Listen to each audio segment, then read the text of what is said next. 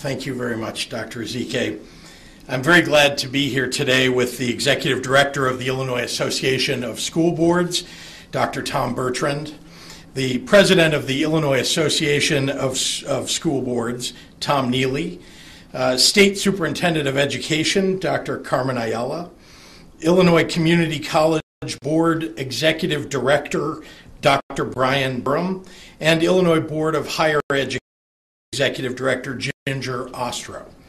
We are here today to talk about one of the most important aspects of the Restore Illinois plan, and that's the return of in-person learning in Phase 4 of Restore Illinois. Over the last month, under our Phase 3 Community Recovery Order, thousands of our small businesses in nearly every municipality around the state have opened their doors again safely. Kids across the state have been permitted to return to day camps, youth sports, and child care and summer school programs, giving them access to crucial summer enrichment and helping parents return to work. As we reopen aspects of our daily lives that coronavirus took away, it's important to emphasize that the virus has not gone away. It is still affecting and infecting people, some of whom are hospitalized and have severe complications. Important in our Restore Illinois plan has been our careful tracking of the data in each phase and following the science. It's our behavior that has made all the difference.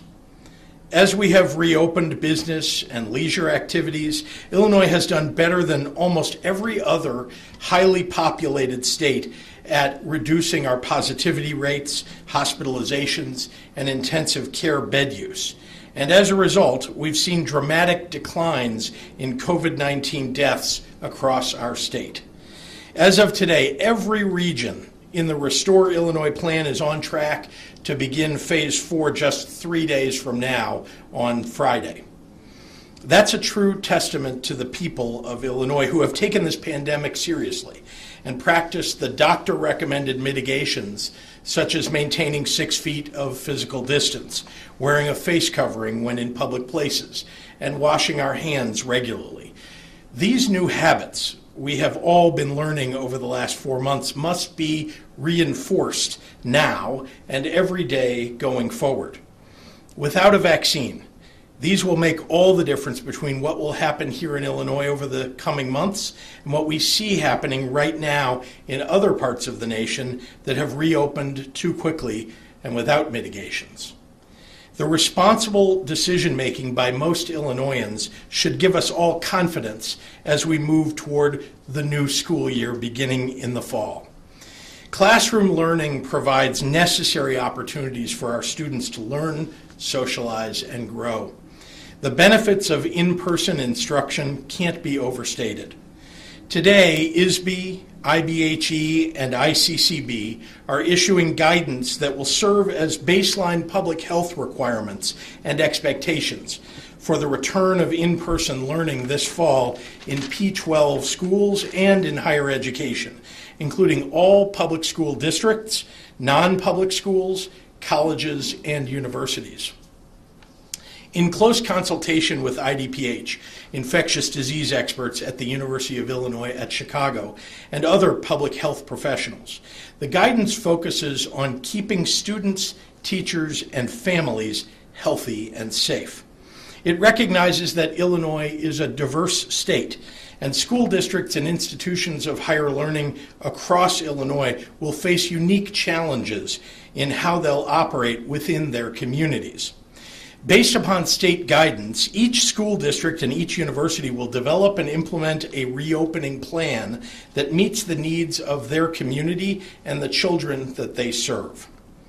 But on a large scale, these guidelines align with the broader requirements of Phase 4, including the wearing of masks or face coverings, a cap on 50-person gatherings in one space, the observance of social distancing wherever possible, and an increase in school-wide cleanings and disinfections, including symptom checks.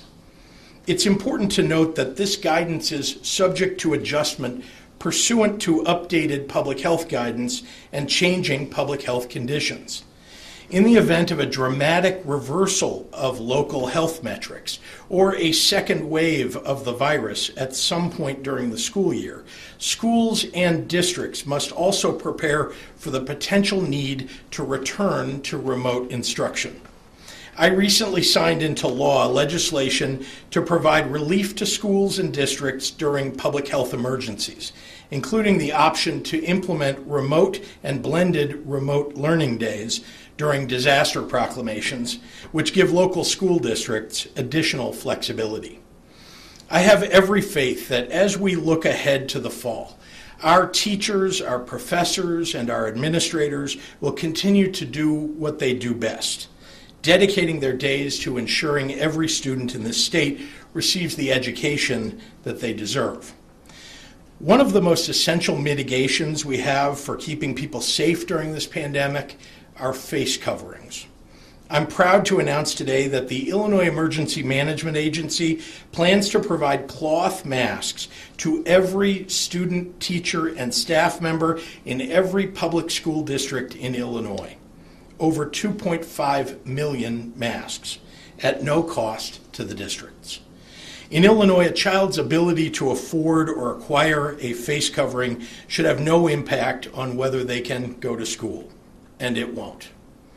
Additionally, to help school districts obtain the supplies that they need to reopen safely at an affordable price, ISB and the Chief Procurement Office Bureau of Strategic Sourcing have secured several joint purchase agreements that K-12 districts can use to obtain safety supplies like hand sanitizer, cleaning supplies, and personal protective equipment at prices more competitive than purchasing on their own. Some are available now, and the team is working to expand the number of contracts over the coming weeks.